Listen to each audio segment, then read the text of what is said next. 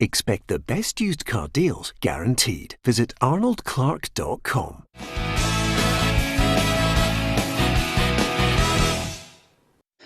Welcome to Peter and Roughie's Football Show, sponsored by Arnold Clark. I'm Peter Martin. It is Wednesday, the 13th of May. Barry Ferguson, Tam McManus and Alan Rough are here with me. Lots to discuss, of course. The fallout from that vote continues. We'll hear from the Rangers camp with their statement. Livingston have released a statement as well.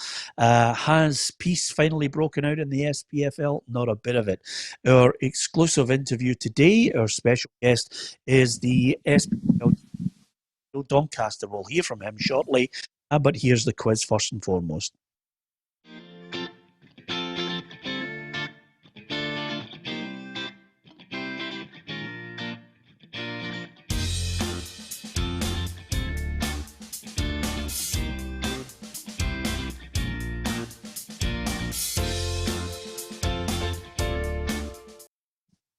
Always like to give you a wee question to boost your confidence. What's the tournament? What was the year? And we'll give you the answer by the end of the programme. So thanks to Michael McClay. He's first on Facebook. He must have been there with his finger at the ready. William Graham, as well as Una Brennan, Charlie Richardson, Lachlan Gold, Lee Shanley, James McMullen, Craig Barger, Paul McGurk, Stephen Fee, Arms, to name but a few people who've all joined us across our Facebook Live, and you can like, share and follow on that channel. We would advise you to do that as well. And if you are on our YouTube channel, then by all means subscribe to us as well, because you'll get the notifications on all our unique video content. So with that in mind, we are here, we are live, and thank you to everyone across YouTube as well. So, Rangers released a statement late on after our programme finished yesterday. Here's what they had to say with regards to the result of the vote. Today's vote has erased the false narrative of this issue simply being a conflict between one club and the SPFL. All we sought was urgently required scrutiny, respect for all member clubs, fairness and transparency. It would be regard this result as any kind of endorsement of the SPFL executive. A light has been shone on the SPFL's governance, a management culture which not only fears accountability and scrutiny, but which actively campaigns against it, is unhealthy and breeds continued mistrust. It's clear many members have lost confidence in the SPFL leadership, and the need for change will not diminish the status quo. And so, no surprise that Rangers were not going to accept this vote, Roughie. Is that fair to say? Yeah, I would say so. I think right from the very, very start, we knew that they were going to go the whole hog in this one. They initially had the most grievance than any of the other clubs, obviously directing at the two members of the SPFL. I think most of the other clubs just wanted a change of some description. And I think we all knew yesterday when the vote didn't get to the 75% that this would be the case. Yeah, and again, like everything, when there's a vote out there, you get the usual spin the next day. And I thought Alistair Campbell had thrown out some of the stuff, you know, saying that there was 3 big members had voted no against it, and 50% of Division 1 and 2 had voted, you know, and you can spin it whatever way you want it, but at the end of the day, there was the 75%. And you have to now wait and see what the other clubs are going to do about it. Yeah, well, I don't know how anybody got to 50%. It was less than a third of the vote. So it was Rangers, Aberdeen, Livingston, Hearts, Inverness, Partick Thistle, Falkirk, East Fife, Forfar, Stranraer, Edinburgh City, Annan and Stenhouse Muir, Tam McManus, who voted for Rangers' resolution, and Airdrie Clyde, which leaves me bemused, abstained from voting. Yeah, that's a strange one, Peter. Surely you've got an opinion either way. You either want to see an investigation or you don't. I don't agree with abstaining from it at all. I think that's just a waste of a vote. Listen, I think we've got to get on with it now. I don't think it's the right time. I don't think clubs have got an appetite for an independent investigation. I think that showed yesterday. You know, only 31% voted no. There's just no appetite for it just now. I think in the future, yes, definitely we can have a look at it.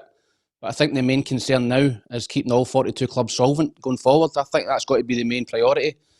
I think we can spend so much time and energy on this. You know, we could be here in the next month or two talking about the same thing over and over. The majority voted for no. The majority voted not to have an independent investigation. I think you've got to respect that, Peter, going forward.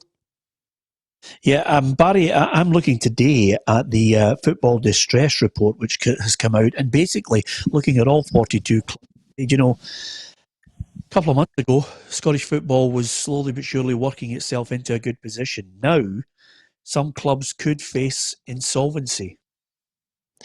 Yeah, Peter, it's worrying. We've mentioned this now a couple of times on the show through all the arguments that have been happening in Scottish football. The most worrying thing for me is the survival of clubs. I read that article this morning from a specialist in that kind of area, and he's worried that there will be some clubs going out of business. As I said, Scottish football 3-4 months ago, for me, was in a healthy position in terms of there was good football getting played on the pitch. Clubs were doing well in Europe, etc., etc. But the wording that came out this morning that a few clubs have got a real chance of going out of business, really worries me, Peter. Is it time for your old club, Rangers, to move on now and accept the vote, or do you think there might be legal action ahead? Peter, what Tam says a couple of minutes ago, I would love to draw a line under it and move forward. Listen, the votes went in and the vast majority didn't want to go with an independent investigation. I do honestly think it would draw a line under the full matter if we did have it. But listen, Rangers are obviously strong in their beliefs, and so is the other clubs that you mentioned that voted for wanting an independent investigation, Peter. So I can't see this going away, if I'm being honest with you. One of the key elements of this, Roughie, was the fact that Rangers were keen to stress that there are a number of clubs who voiced their concern at the way the whole first vote was initially handled, the build-up to it, especially during it, the votes that were well known, and of course the apparent change of mind of John Nelms from an email that wasn't received to eventually submitting a vote to obviously call the leagues Championship, League One and League Two. So there was a number of clubs who shared Rangers' concerns on that.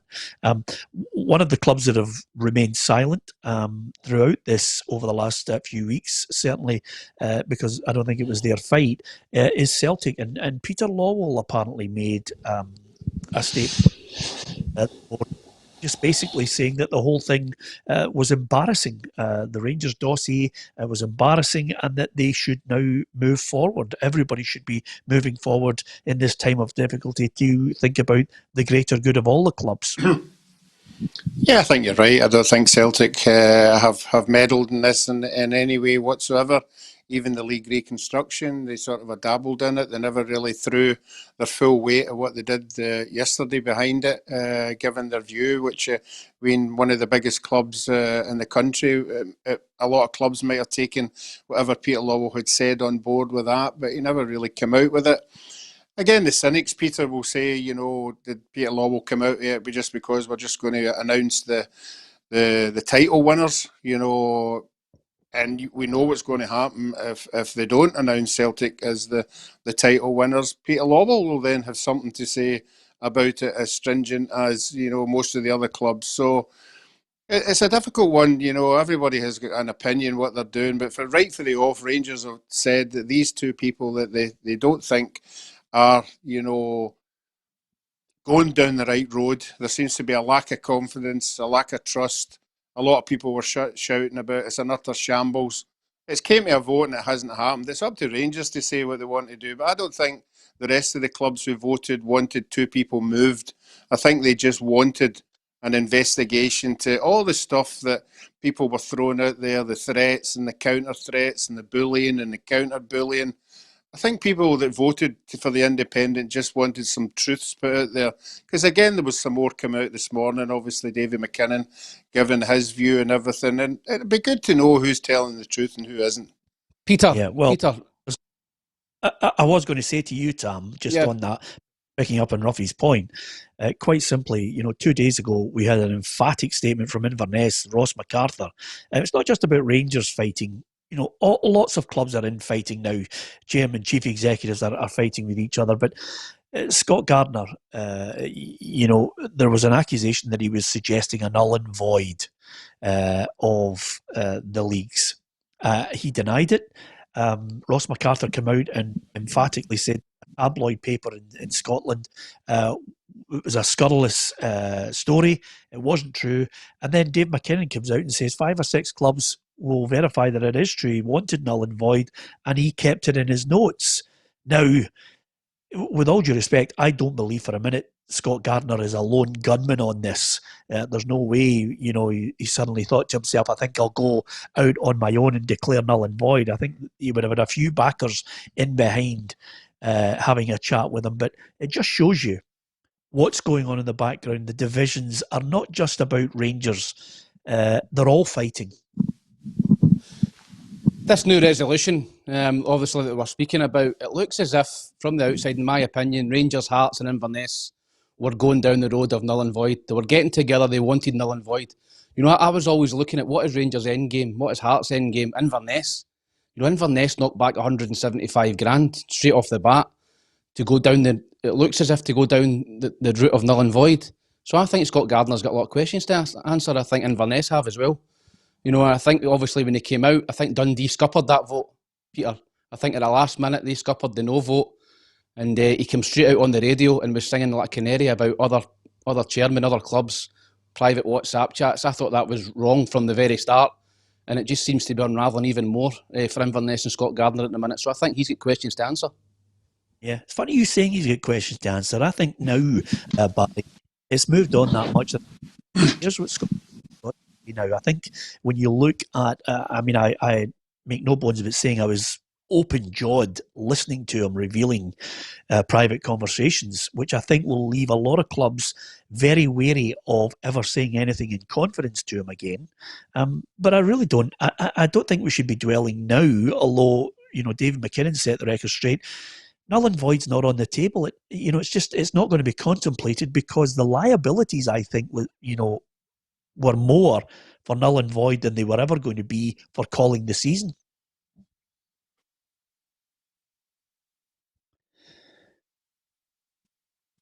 On that, look, I think Neil Doncaster's made it clear at the start that null and void was never going to be on the table, and we're going to have to wait now to the 25th of May, where I think they will call the league. There's no doubt in my mind about it. Regarding Scott Gardner, I listened to that interview, the same as the guys, and honestly, I could not believe what I was hearing.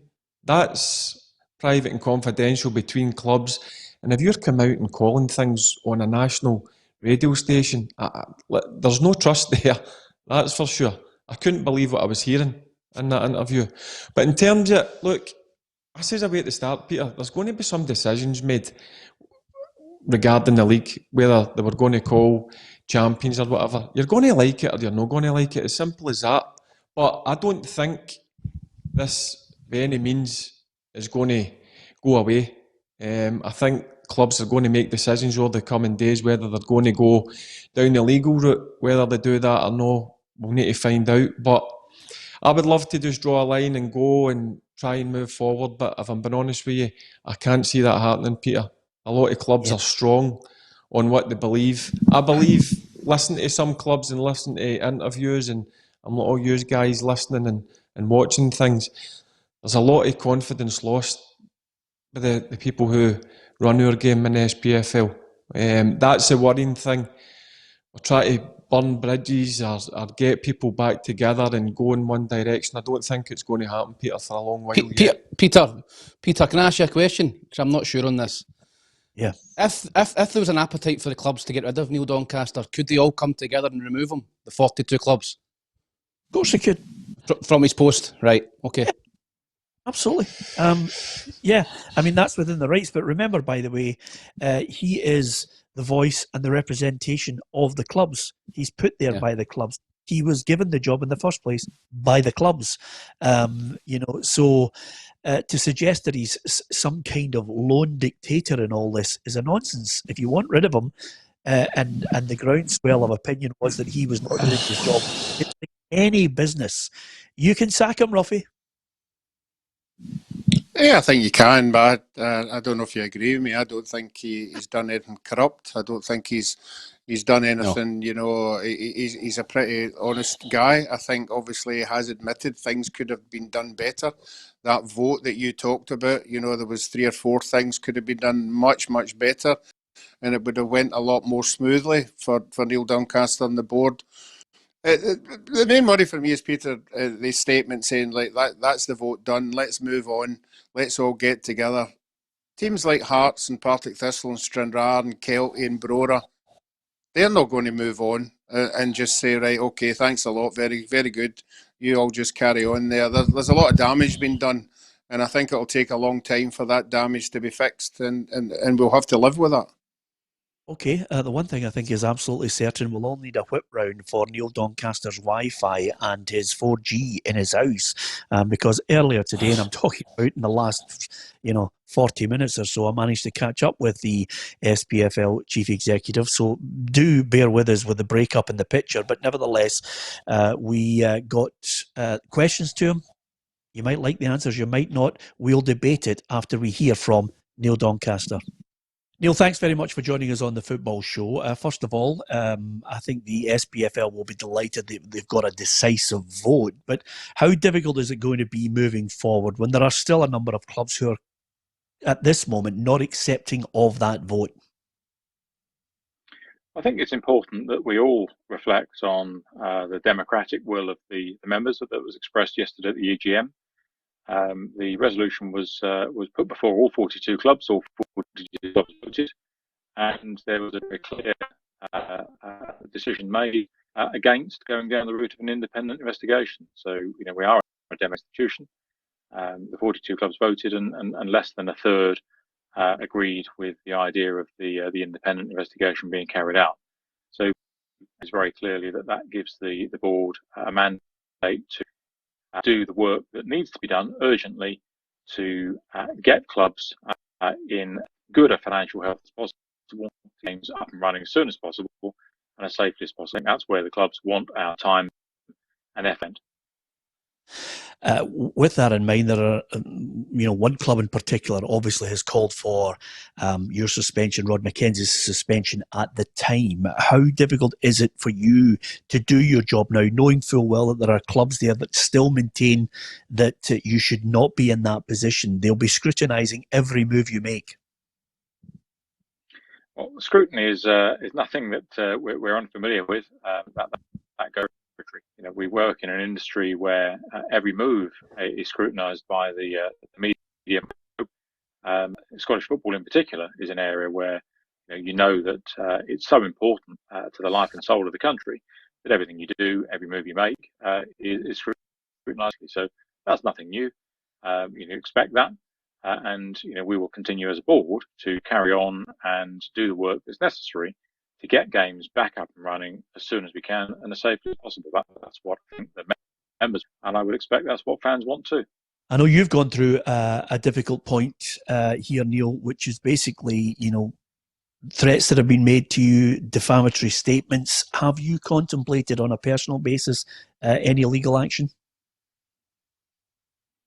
I think it's important that all of us try to look forward rather than look back. We've had a situation where there's been a lot of exchanges, a lot of words said. Football is a passionate business. We understand that. But I think looking forward, all of us have a responsibility now to try and draw a line under the events of the recent past and to focus on getting the game back up and running. We know the challenges, which are existential, frankly, for the industry in this country. So we have to unite. We have to work together. We've got a huge amount of talented people across the 42 clubs, and we need to harness that talent and use the decision yesterday as a rallying call to unite and work together for the good of the game. And there's a lot of work to be done working with the Scottish FA and the Scottish Government to work on a plan to get football returning as soon as possible. So there's no point where you contemplated walking away because of all the hassles? Look, I think you expect to go through tough in any role. These are unprecedented circumstances that we're in, with the COVID-19 crisis. And if you expect an easy ride when you're going through a crisis in football, then you're going to be disappointed. We've lived through a number of huge events. We had the referee strike way back, I think it was 2010, the collapse of the domestic broadcaster, Satanta, in 2009, the collapse of our overseas broadcaster, MP and Silver, and then the insolvency of some major clubs. So and that's aside from the remerger that we did in 2013. So we've had plenty of difficult times and ups and downs in Scottish football, and this is another one of those. Time will heal a lot of the wounds that have been opened up over the recent weeks, and we look forward to working with all clubs to try to bring Scottish football back to a semblance of normality. And as soon as games are played, I suspect that'll be increasingly the focus of the media going forward. We always like to look and try and work out how we can better ourselves. We are all human. We make mistakes. What lessons have you learned, and what mistakes do you think you've made? I think all of us should look back when this crisis is over and try and ascertain whether there were things that we could all have done differently. And I think communications to and fro have been very heated, have been very direct, and we need to work, all of us, on being more respectful to each other, and certainly we'll play our part in doing that. Just on the point of a couple of things before you go, Neil, Rangers obviously were more than miffed at the resolution that they wanted to put forward. What are you at liberty to tell us what the content of that resolution was that they were eager to get through? Look, I think there's not a lot to be gained by going through all of the toings and froings of the past 2 months. I genuinely think that the time now is to look forward, to use yesterday as a good time to now pivot, to look forward and focus on getting the game back up and running. I think there's been so much division, which has been really quite damaging to the league, to all of its 42 member clubs, and I think the members want us to look forward rather than the back. So forgive me for not wanting to on events of the recent months. I think it's really important that all of us look forward. I think that's what the clubs gave us a very clear mandate for yesterday, and I do think it's what fans want to see as well. Yeah, and with that in mind, obviously people were talking about the potential liabilities of broadcasters to the tune of 10 million. I presume the liabilities of null and void were far greater than 10 million. Null and void was something which was examined. I think it was very clear that for any league to look at avoiding the season, you potentially you put the league in very serious difficulty with its partners, but also clubs, and the scale of the liabilities that might be faced by clubs in the event that you declare that a season never happened. They were very considerable. So I don't think that was ever really on the table. Yeah. Are we waiting then for you to call the league before May 25th? Well, that's certainly what UEFA want, is a steer as to where all the leagues in Europe are going with season 1920. The resolution gave the SPFL board the express authority to curtail season 1920 at a point in the future, and the board have indicated that it will consult with Premiership clubs, Ladbrokes Premiership clubs, before any such decision might be made. Does Neil Robertson continue on the SPFL board? And if so, what are you going to do about the leaked information, which is against the rules within the SPFL? I think the chairman has made it clear that's an issue for another day. So I think, again, a bit like the theme I talked about earlier, I think it's important that we do look forward now rather than looking back. But that's an issue that Murdoch indicated that was for another day rather than yesterday's EGM. Yeah, okay. Let's look forward then, and to the part that every club will be hankering on your every word here. What is in place financially to help the relegated clubs? Well, the system of distribution within the league is one that the clubs themselves have approved. 100% of payments out from the league are based on league position. That's a system that's been in place since the very inception of the SPL in 1998. It was changed, I believe, around about 2002 to make it entirely based on league position. And certainly since the onset of the SPFL in 2013, 100% of all the monies that are distributed and made to clubs by the league as fee payments are based on league position. Now, clearly, a members' organisation, and in the event that members decide to change the distribution formula, that's a matter for members. We are very much servants of the member clubs, and if they decide on a different way of distributing the league's money, then that's very much for them.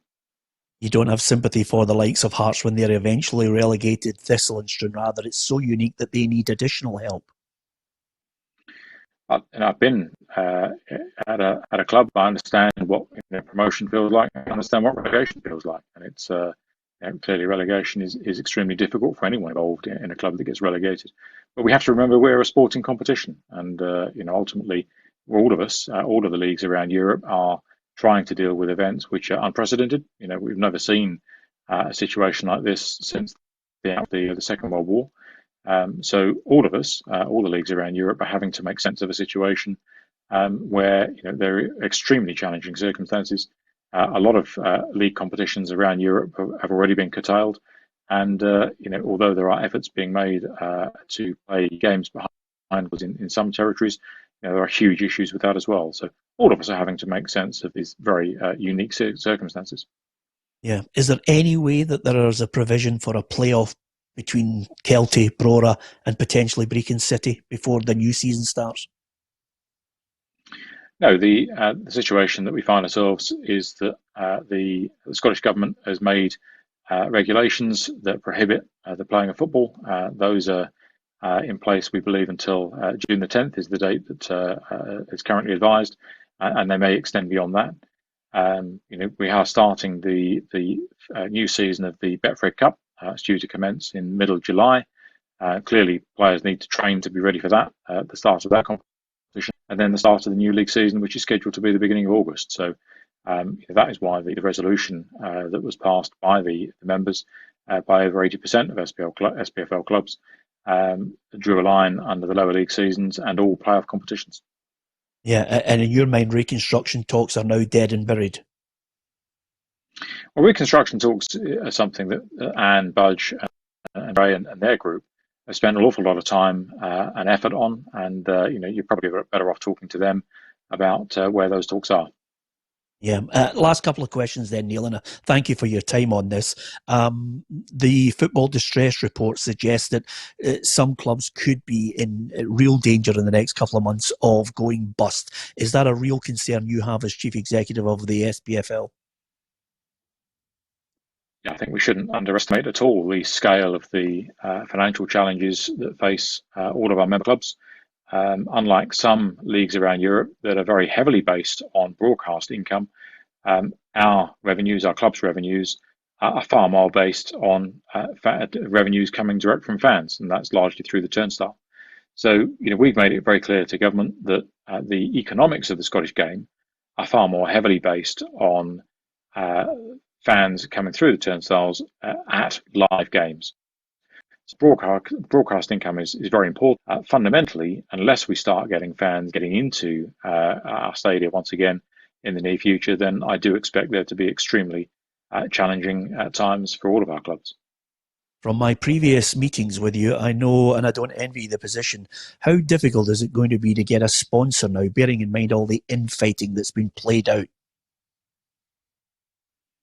Yeah, certainly any division doesn't help sort of central exploitation of sponsorship assets. But the reality is that we're in a world where economies, not football economies, but economies en masse, are in real difficulty, and for companies, huge financial, and the discretionary spend, things like sponsorship, are clearly under a lot of pressure. So all of us will be doing everything we can. That's clubs and league to bring in whatever revenues we're able to, and that remains the case. And the last message, which is a message from the Chief Executive of the SPFL to fans and clubs alike, what is the message that you would like to relay to them going forward? I think it's one of hope and it's one of unity. I do believe that Scottish football has a a very strong future. I do believe that when we get back to games being resumed, that there will be a huge resurgence in interest. There'll be a desperate demand to be at games, to see football returning to TV, to radio, and I'm optimistic about the future for the game in Scotland. But it is important that all of us do what we can to work together to create that unity that we need to tackle this existential threat, and to ensure that as many of our clubs emerge through this process in as healthy a shape as they can be. And we can only do that by working together. So my sincere hope is that all of us will reflect on where we are now, will reflect on the clear democratic decision that was made yesterday at the EGM, and will then do what we all can to move forward together and tackle this crisis together. And you'll be there at the head of it all. I certainly hope so. Neil, doesn't get any better than that. Thank you very much for sparing your time with us, and thanks for all your answers. Pleasure.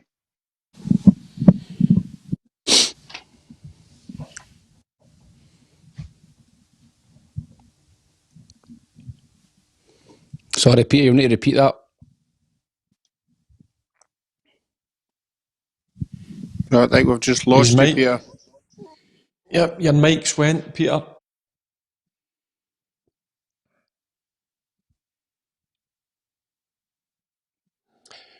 Right, so, Roughie, you'll need to take control of the show. On you go, Roughie. Well, I have to say that was a pretty good interview. I think you asked all the right questions. Possibly didn't get all the right answers for certain people, right answers for others. The thing I picked up on it more than anything else was we all should look forward. I certainly don't know about you, Barry, but we're certainly not looking forward to what's going to happen at our club. I don't suppose Hearts are going to look. I don't suppose Hearts are going to look forward to costing them £3 million. I don't know what Kelty's future is or Brora Rangers' future. It's okay saying a lump sum, but people are going to be damaged through this, and it's an unfortunate one. So it's okay to sit there and say, let's all go forward and forget about what's happened. I don't think that will be the case. But no, I think Peter did ask a lot of really, really good questions there. The ones that I would have liked to, Peter pushed him on compensation for clubs who were going to lose money. He never really answered that. He just fudged around the outside of that one. The other one was, Peter, are you back, Peter? Can you hear me? Yeah, I can hear you now. The other one I picked up on him, Peter, he's going to consult the clubs before they announce the league. I think he did say that, didn't he? He's going to consult the clubs. Yeah. Well, what happens if 50% of the clubs say, no, you can't call that? No. What he'll do, Roughie, is he will consult with all the clubs and say to them, look, we're going to call the league, but we are going to call it because we have that resolution passed. This is when we're going to call it. And then he will then relay, because of the latest government information, he'll relay that to UEFA and say, we can't play football before this time. Here is the government legislation and message from the Scottish government that precludes us from playing any kind of football all the way through to this date. So this is why we are calling the league. The UEFA has said to every European football league, you have to have in there certain criteria that says that you cannot play the football, and it's based on government and medical advice. And they will relay that to everyone, and then relay it to UEFA of their intention, and that will be made known by before the 25th of May. Yeah. The other one that I just pick up on is you asked them about league reconstruction, and you've got to go and ask Anne Budge. But are we missing something? Are we missing something here? That's the bit, Peter, where when you asked about the reconstruction, is he not the head of the 42 teams? Should he not be taking control of that situation now? I know he got a panel. It was 15, now it's 14 with Leanne Dempster leaving that panel. But surely he is in control of that group of reconstruction. He sounds as if he's palmed it off to Anne Budge. Yeah. He sounds as if he's ignored that. He's not interested anymore. He's palmed it to Anne Budge, and there you go. You deal with that. It's wrong. Another thing, Peter, when he says about sport and competition. But let me nail that one point so we don't miss it, so we don't lose sight of what everybody's saying here. Remember, Anne Budge formed a task force with the potential for suggesting, obviously, reconstruction. And again, I would emphasise to you that I did not like the outcome of this, but the Premiership clubs, which need an 11-1 vote in favour of it, came out early, wrongly in my view, came out early and said, look, the majority of clubs in the Premiership do not want reconstruction at this time. So it killed it off. It didn't matter what was going to happen with a resolution that was coming forward from Anne's task force of her and Les Gray and the other members. If you can't get 11-1, it's dead in the water. So they should have, obviously, I think, the decent thing to do would have been to say to Anne Budge, okay, let's have a look at the resolutions that you're potentially thinking about, and then just go back with a bit of protocol a day later and say, look, we're not going to get 11-1 on it. Instead of coming out and just kiboshing it. I think that was it. But the reason why you're not going to get any vote on it is because it has to pass Premiership first, and it wasn't even getting to first base. Peter, Neil Doncaster spoke about unprecedented times, and I agree with that. It is. So why not look at that 11-1 vote and change it? You could have changed it. You could have changed it. It's unprecedented times. Change the 11-1 vote, because 11-1 vote was never going to happen. Yeah, listen, I agree with you on the 11-1 vote. He couldn't have changed it himself. That would have to be changed by the clubs. And believe me, by the way, when I tell you this, and I don't want to go back over history, but the Premiership club had perfect chance, Roughie.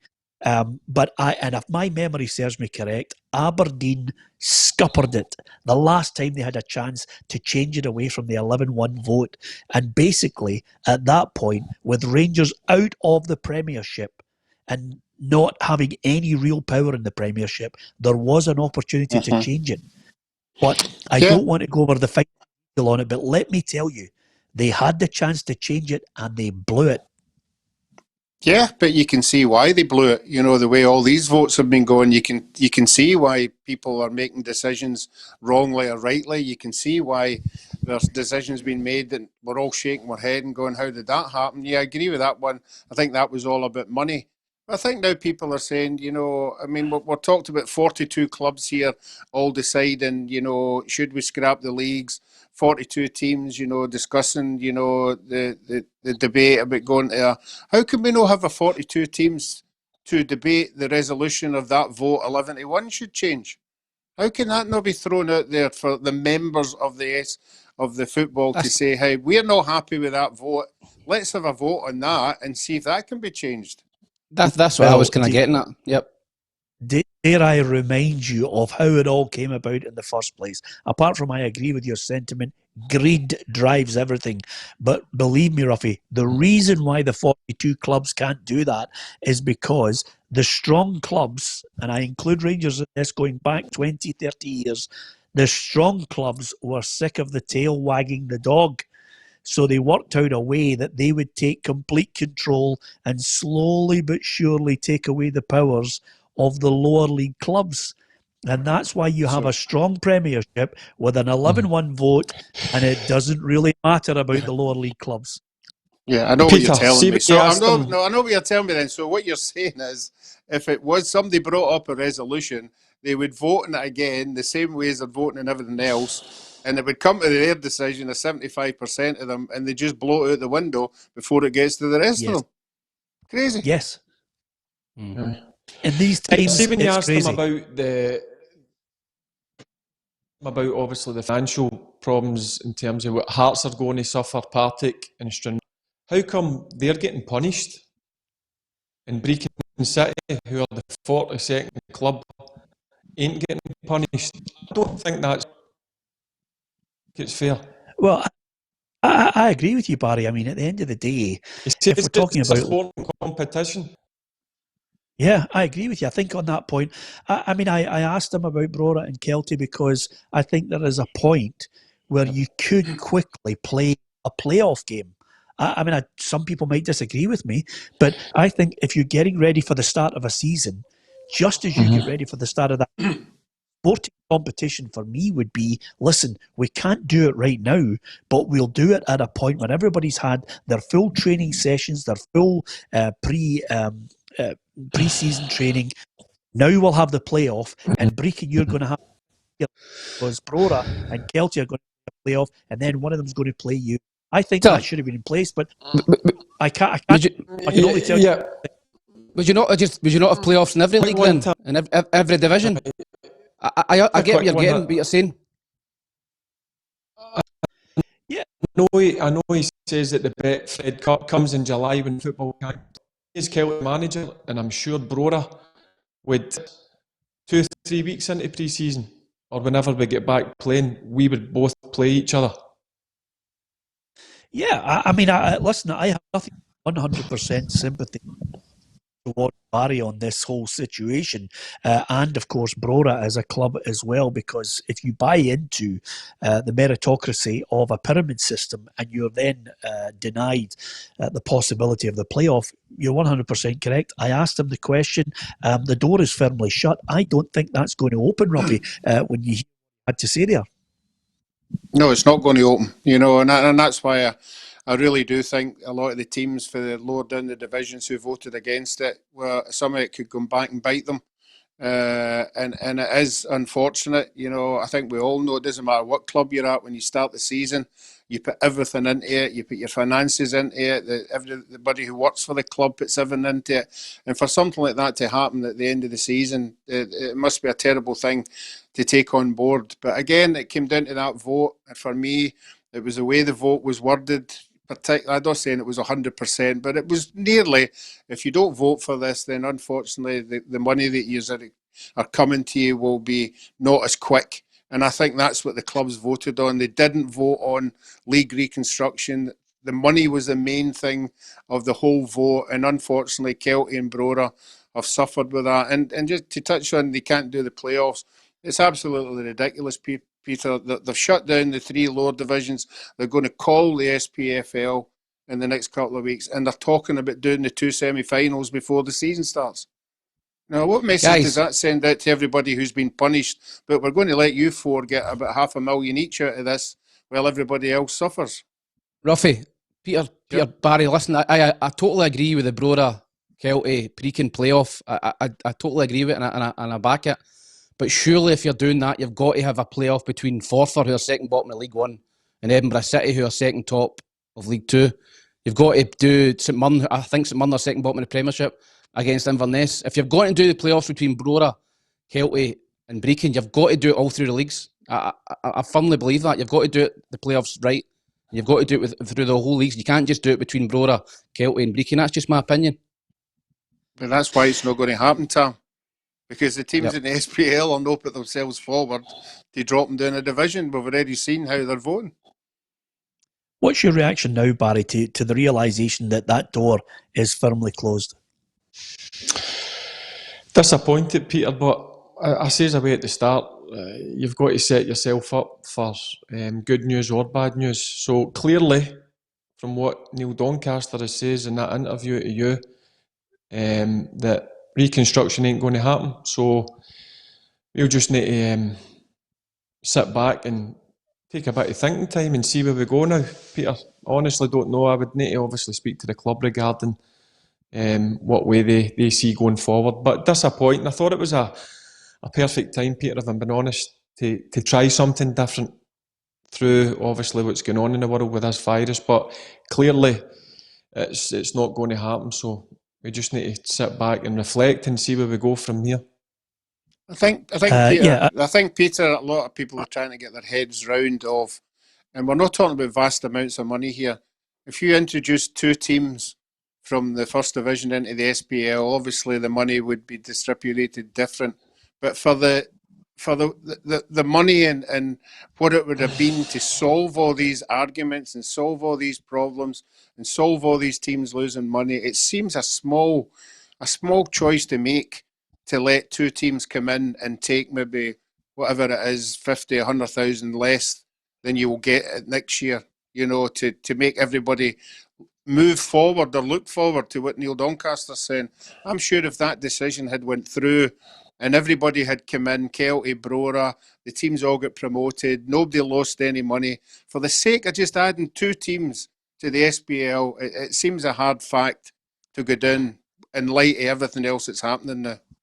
Well, I don't want to sound like a broken record, but I think we're all in agreement that quite a lot of it is driven by greed, self-interest, self-preservation. The key issue here that I think will become more prominent as the weeks and months continue here, based on the First Minister, Nicola Sturgeon, mentioning that we are still in lockdown and there's a long way to go even after that. Certainly there'll be no fans in grounds. But I think genuinely the worst thing about this is, they might look at reconstruction next year. By that time, we might have 2 or 3 clubs who are not with us anymore. So that's rising, which is difficult. Now, I have to say, and I always mention this, and Barry always laughs his head off when I do say it, sometimes I can restrain myself, but sometimes I just can't restrain myself. Thank you to people who have mentioned, the Neil Doncaster interview. It's coming, Barry. It's coming. Might as well say it now. Thank you to the people who mentioned, they've listened to the Neil Doncaster. Some people like it, some people don't.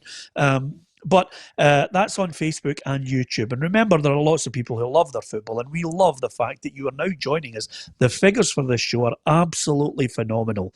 So thank you very much. I cannot believe the figures we're getting for the show is magnificent. So to the people who are coming and joining the football family, like, share and follow, brilliant. And also, of course, the people who are on our YouTube channel as well. There are lots of really good people on there. Unfortunately, and here it comes, Barry, we have people who are lowlifes, yes, people whose head is in the gutter. And of course, Jim Strachan, if you're listening to this, Jim, this is not the show for you, because we football fans. So if anybody wants to post racist or bigoted or abuse of any kind, please leave and go to the places where they cater for people who have the brain the size of an amoeba. If you have been dragged up by your parents and you want to put abuse on this channel, it's not the show for you. Can you explain to Barry what an amoeba is? It's a single-celled brain, Barry. Basically, right, Barry. Do you know what I was just going to ask you? I'm always interested in what you're going to call that 1%. You've got a few good ones, but that word, I've never heard of that one. That's from my biology class. And the reason why I listened so intently in biology is because, Roughie, the teacher was an absolute doll, I have to tell you. We all used to come... I was the same. Unbelievable. Her name, but I have to say, and it's just common decency, because lots of people on here who absolutely love their football, but sometimes we get the pond life, as my old friend Hugh Keevins used to say, the people who really you'll never want to hang about with under any circumstances whatsoever. So with that in mind, of course, the other aspect of this is, and the message that was, shouted out from the high heavens from Neil Doncaster, is we do have to move forward. We somehow have to try and get some element of unity, Roughie, because no matter what way you look at it, where are we going to find? Is the government going to bail out Scottish football? How can you possibly attract a sponsor when you've got all this poison going on, this infighting, mudslinging from everywhere in our game? Yeah, you're right. I think in moving forward, I think the football will move forward. Obviously, the fans will get back and get behind their teams, as they have been doing, buying up season tickets and everything. But I think in the background, there'll be a lot of clubs. We've already seen a lot of clubs falling out with each other. I think that'll take a long, long time to knit. There's no doubt about that. And you're right. We never had a sponsor before this, so it'll be interesting to see what Neil Doncaster comes up with that one, but we'll have to wait and see. But the sooner the football, you're right, as soon as the football gets back, football always brings people together. We don't know when it's going to come back. It could be months and months and months' time. So let's hope. I agree we should look forward. I don't think looking forward is the right word because, as I said earlier, I don't think Hearts, they're rumoured to be losing £3 million. I don't think they'll be looking forward. We certainly won't. I was a bit alarmed to think that it was muted, we might go part-time. I hope that's not the case. That would be a tragedy for a lot of players. And these are the kind of things that you're going to have to look at, the consequences of all this arguing and bargaining that people are going to, at the end of the jobs. Yeah, interestingly enough, Tam, Hamilton Accies have come out with something which, again, could be an interesting development. They have said that season it pay at the gate. Now, you can understand Hamilton Accies don't have a huge season ticket base, but pay at the gate, I think, is a really interesting concept again, because you wonder about, I don't know about you, Tam, but how many times your mates you used to, when you were growing up, saying to yourself, come on, we'll just go to a game, and you paid at the turnstile? Yeah, but I read it from Hamilton Accies this morning. It's very interesting. I think they're looking after their fans. I think that they said that some fans can get refunds on obviously an incomplete season. Hopefully, a lot of Hamilton fans won't be able to take that up. I don't blame them if they need the money, but it's a great offer. I think Partick Thistle done it as well. Offering the fans some of their money back, looking after their fans. The cash at the gate. Maybe they're needing cash flow. They don't want to sell season tickets just now because they don't know when the season's going to start. So it was interesting from Hamilton Accies. The thing I'm taking from Neil Doncaster, Peter, is basically the last 4 or 5 times I've heard them speaking, the Scottish Government is getting mentioned increasingly more. I don't know if you've noticed it. And I think we are all fully aware now that clubs are going to need bailed out from the Scottish Government. There's no other way about it. Ticket sales is massive for clubs. The Scottish Government is going to have to save clubs. It's as simple as that, because if they don't, there won't be 42 clubs by the time the season starts. And I know a number of people will be turning around about their own business, Roughie, and saying, Scottish football, get stuffed. We need to be helped as well. It's such a difficult situation. The only thing, which backs up what Tam's saying there, is it is the most popular sport in this country. It is the nation sport. It is the national sport. It is the one that is supported the most. And fans, I think, are going to find it very difficult to go to games in the first place. But unless we get some kind of financial help, I mean, I can't believe Rugby League gets 16 million. No disrespect to Rugby League, but come on. Scottish football, I think, will need a considerable amount of money from the government, Roughie. I think that's we're down shortly. Yeah, I think we are, Peter, but maybe you could remind me. I think we went to the government before for some money. I can't remember what the circumstances were, and it never materialised. So you're right. A lot of people will say there are bigger cases than us. NHS, for a start, have got a big case now to get money. And it depends who's fighting for you. It depends who's in there, with the clout. But you would like to think that they would look at, just that you've said there, that it's a lifeline for supporters. I think we all know, I'm going back onto the nation as a Scottish football team. When it's doing well, the whole country's doing well. It lifts the country, puts a smile in the face of everybody if we're winning. And the same with clubs as well. So that's an important fact as well to take on board.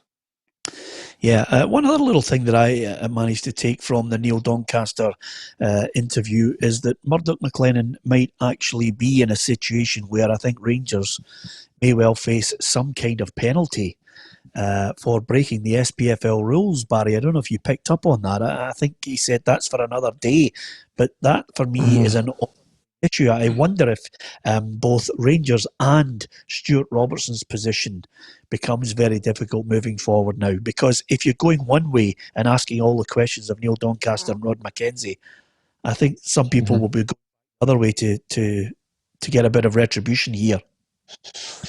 Yeah, and listen to him, he's saying, look, I hope we move forward, but we ain't going to move forward, Peter, with that comment that came out from Murdoch McLennan. There's no way if he goes and tries to put some legal case against Rangers and Stuart Robertson, he's going to continue and continue and continue. So we ain't going to be able to move forward until we try and solve all these problems. That's the way I'm looking at it. Yeah, I got the sense, Tam, that there's a slap in the wrist coming. I don't know if it's a financial one, but there's definitely one being contemplated from the SPFL. Yeah, I think there is, Peter, but I think Neil was stressed it is for another day, and I think it is for another day. It's not the time. The same as it's not the time to be going into other things. Going into the league reconstruction stuff like that. It's not the right time to go into it, and I think we've got to concentrate on, as I've said for weeks on this show, keeping all 42 clubs solvent and afloat, because that has got to be the main priority. The rest of the stuff can be parked and addressed at a later date. Yeah, of course it will be, and I think the other thing that we're not mentioning, Roughie, and we usually mention it round about this time, which is May, which is quite simply, even in good times, the amount of footballers in May, and Tam will know this more than anyone on this show, because I think he went through it on 23 or 24 occasions, and believe me, I'm not being flippant about it, because I really do feel for them. Footballers, Tam, are facing uncertainty. The clubs have let them go. They've been released and they've come to the end of their contracts. Now we're in a situation where I think we're talking about 60% of players could be facing a situation where they don't have a club. I mean, we're looking at headlines down south saying Gareth Bale to Newcastle for 53 million, and I'm thinking, what?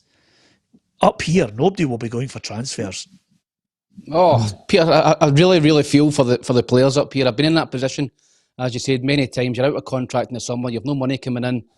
But it'd be 10 times worse now, with clubs have got literally no money to bring players in. And I just don't, Roughie was talking about maybe Partick Thistle going part-time. I can see 4 or 5, maybe 6 other full-time clubs going part-time, because players will have to go part-time. They won't have a choice. They can sit for a month or two and you've not got a club, no money coming in. You go, listen, I need to go and get a job. That's my priority. Football's not my priority anymore. Get a job and maybe pick up something part-time or in the lower leagues.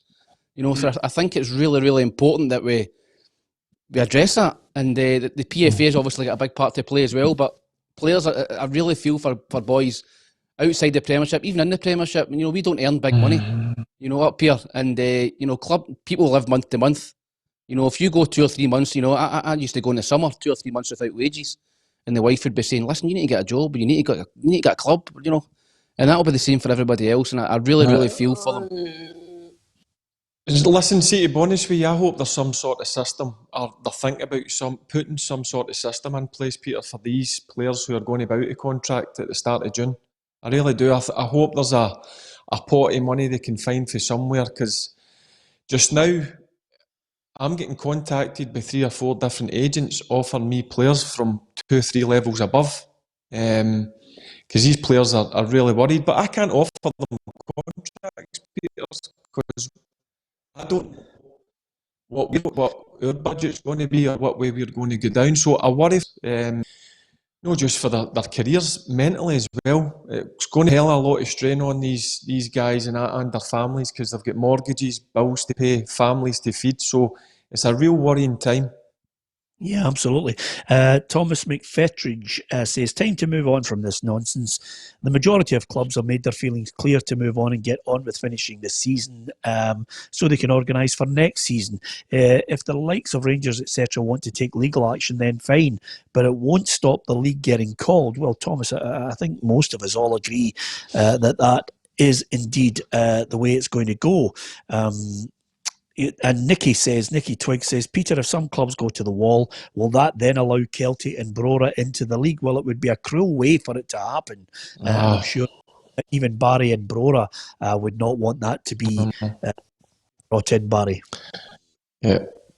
Peter, that's the last thing that I would want to see. Clubs get us, and that's our avenue to get into the SPFL. That's the last thing I would like to see, and I just hope all 42 clubs survive this. That's the most important thing of this. Yeah, absolutely. Listen, a couple of things. Any good news? I always used to say that to my old mate who moaned at me on the 25. Any good news, Roughie? Is there anything optimistic that you could tell us? Yeah, I got my hair cut today. Yeah, Maggie cut my hair today. It was a bit a trying experience. But only a couple of lumps at the side of my ear, but on the whole it wasn't too bad. Yeah, I'm happy with that, Roughie. Roughie gets his hair cut. Tam, your wife's been cutting your hair quite regularly. No, she's cut it once, Peter, and she's not getting near it again. It was a hatchet job. It was an absolute disgrace. So she's not getting near it. If I need to go back to the long hair, then I'll go back to the long hair. Can I just say that there's some positives in Scottish football? Hibs, my old club, have sold over 7,000 season ticket holders, and I think season tickets. Sorry, and I think that is a huge positive. the fans of Hibernian are rallying really behind their club. They don't know when the season's going to restart, or whatever. And I think you've got to kind of look at things like that and see that as a huge positive, and take your hat off to the Hibs supporters for really getting behind the club, and Hearts as well. And other different clubs have really got behind their clubs and buying tickets, donating tickets, and Motherwell's the same. So listen, I think you've got to look at the positives. People with not a lot of money are still shelling out and supporting their club to try and help them survive, and I think that is a positive. I'm glad you mentioned Hibs, because Roughie, 7,000 plus. Yeah, a fantastic figure for them, isn't it? Yeah, we've seen it all through the years, Peter, that clubs in dire straits, whether it's Partick Thistle or Hearts or whoever, supporters are the lifeblood of these clubs, and they support and they put their money where their mouth is. It's incredible what they do, and that is why, when the football starts again, all these clubs really have to appreciate the supporters that they've got, whether it's 1,000, 2,000, 3,000, and bring them on board. We've been saying it all along. A lot of clubs, don't involve their fans. This is a time when they must see the worth of having really, really good fans to help them out of this situation. Yeah, the other thing that's worrying Barry as well is what a special wife Tam's wife is, that every summer when he's released from a club, she stands by him and basically bails him out. It's as simple as that. Tam's wife is the power in the club. Oh, listen, without a doubt, Peter, she wears the trousers. He's never allowed in a night out. He's got to ask his missus if he can go for a couple of beers. You know what I mean? That's nonsense. You know that. That's nonsense. She runs that family. She runs it. Yeah, absolutely. She does, Tam. To be fair, we've always agreed, I think all of us have agreed, you're punching well above your weight with the girl you're... She'll need to start buying his gear. What's that he's got on today? What type of... What is this? That's a golf top, Cowan House. Cowan House. All right. Another freebie. No, I bought that in the shop.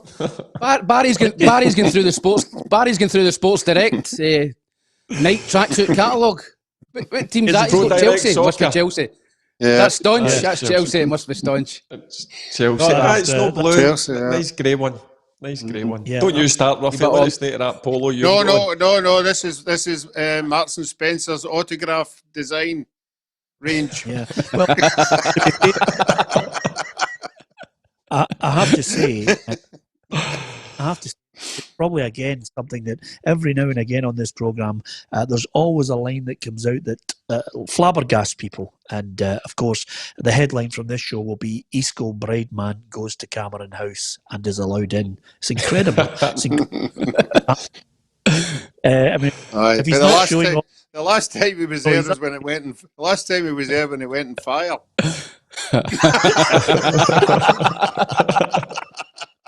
No, you're a madman, Roughie.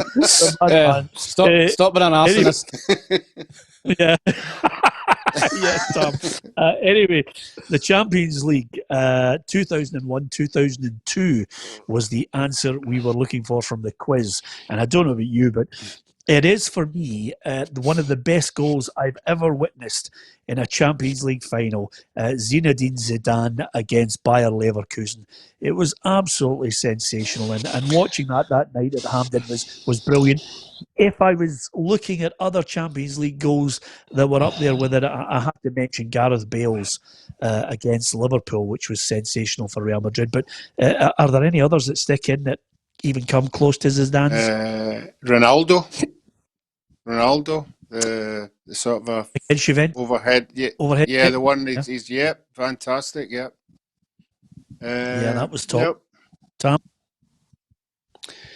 No, not off the top of my head. Not off the top of my head. I think Gareth Bale's was the best I've ever seen. That was an incredible goal.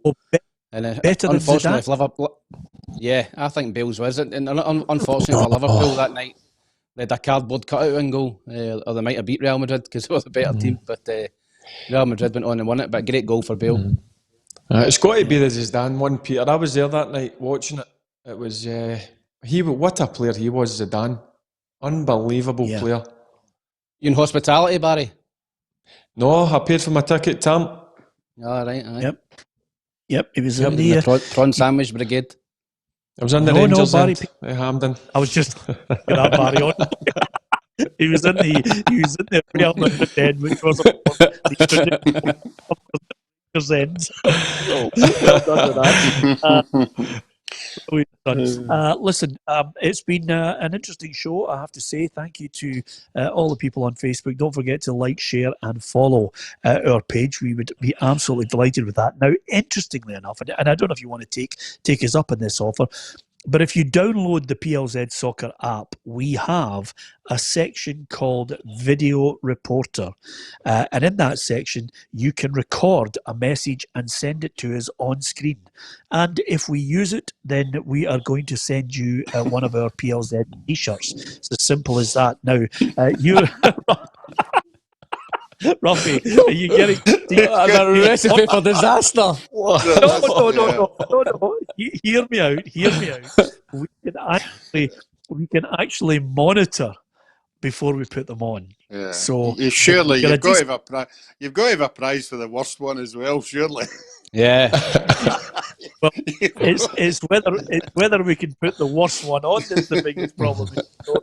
But what I would say, if you Peter, do you know what I'm missing? I'm missing seeing the comments coming up. I'll need to get my iPad. I'll need to join Facebook or something. I'm missing seeing these comments. You must actually get them, because quite simply, when we were in the old days, roughly 8 weeks. When we were all sitting next to each other, there was a huge big television that we used to have up there that would show the YouTube and the Facebook comments. And I have to say, Barry was getting absolute pelters, and he would laugh his head off. But we're missing that. You just looking at some of these people, great to absolutely batter you. But what I was going to say, Tam's took over me now. Tam has taken over. I get slaughtered. Seriously, an end of season party, which obviously is in the next 2 weeks, so we can't actually get, can't get out for that. And Barry's not coming anyway. but nevertheless, we'll have to get an end of season party where we can all go out somewhere. But now, Barry, we're going to have to pick somewhere where Tam will be safe, instead of usually picking a venue where you'll be safe, because he's public enemy number one. Yeah, it's great, Peter. I mean, bringing Tam on board, one of your best decisions. Takes the heat off me. Brilliant. I can handle it. Yeah, I know you can. It's called running away from your Twitter and not answering all the questions. That's what it's called. That's your idea of handling it.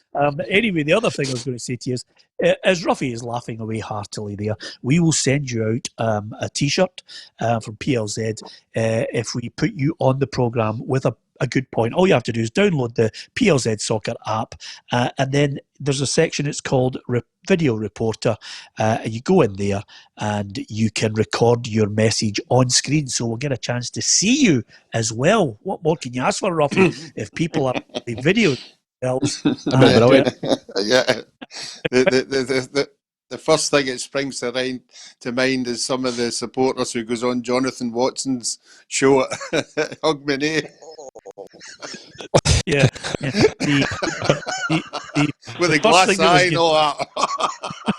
Well, listen, can I just say, if you've got a glass eye, we're not discriminating, as Roughie thinks having a bang out of order. Is there any chance you could cam your jets? The one thing I'm worrying about is quite simply if people start sending some of the videos that Tam sends us in the WhatsApp group.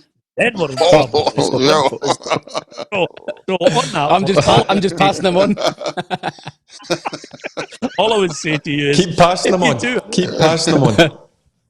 If you do have a valid point, you want to video yourself in Video Reporter on the app, then we will send you out a T-shirt if we use your program. Simple as that.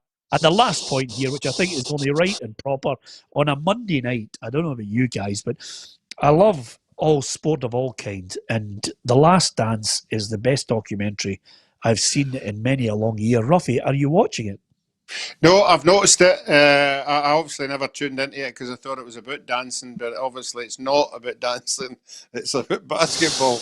But I'm into the Lost Kingdom just now, the Vikings and everything. So I'll maybe take a shot at the Last Dance. Tam, have you watched it? Oh, I've watched it. I've watched the first 5 episodes. It is tremendous. He is probably one of the greatest sportsmen that ever lived. What he done with Chicago Bulls, you know, from nowhere he produced them into the top team in the NBA, and just phenomenal. And by the way, he doesn't come across as that nice a guy, does he? He's very, very driven. Well, it's just it's a great point to make, Tam, because just before we go, he's got that element in him that he's a winner, and he doesn't take any prisoners to get everybody else around him as a winner. And I think there's great parallels to be drawn between Michael Jordan and one of our pundits. Barry, many people think you don't come across as a nice guy. Do you share similar things that Michael Jordan did, which was quite simply you were a pain in the ass to your teammates to try and get the best out of them to get to your level as well, to try and be winners? That's my point.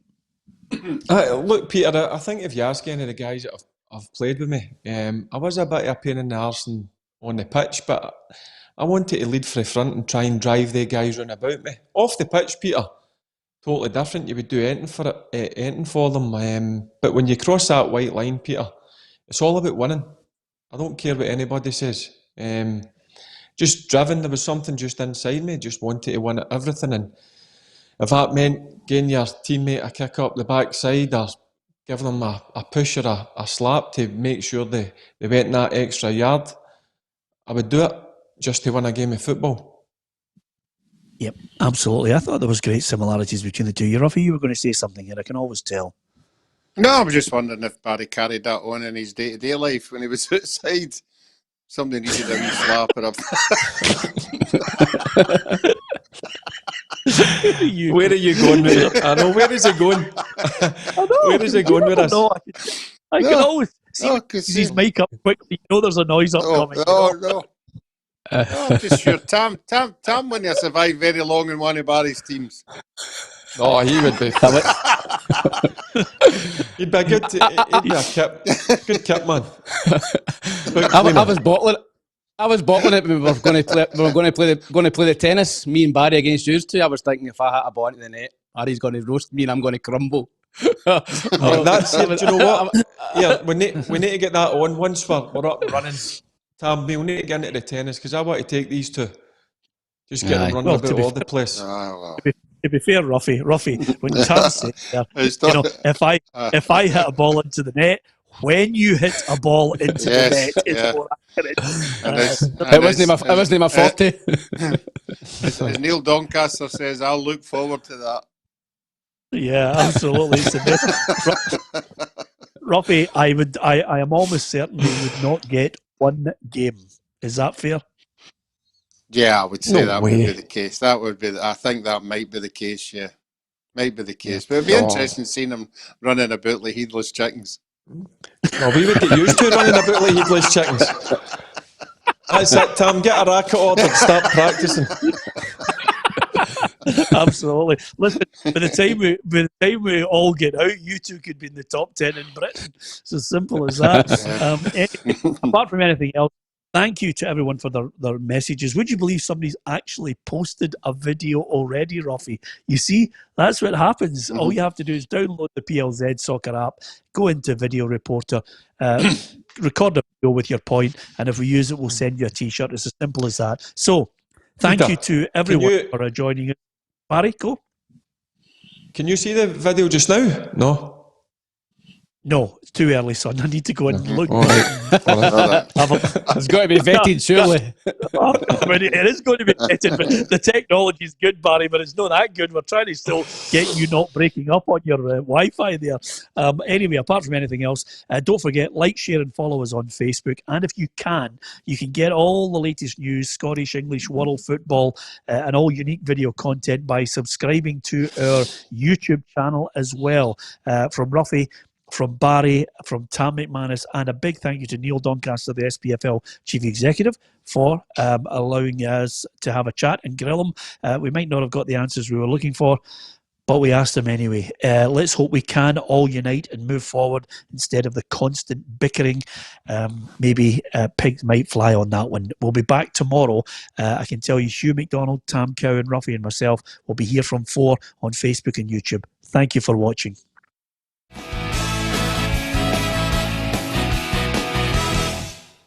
Expect the best used car deals guaranteed. Visit arnoldclark.com.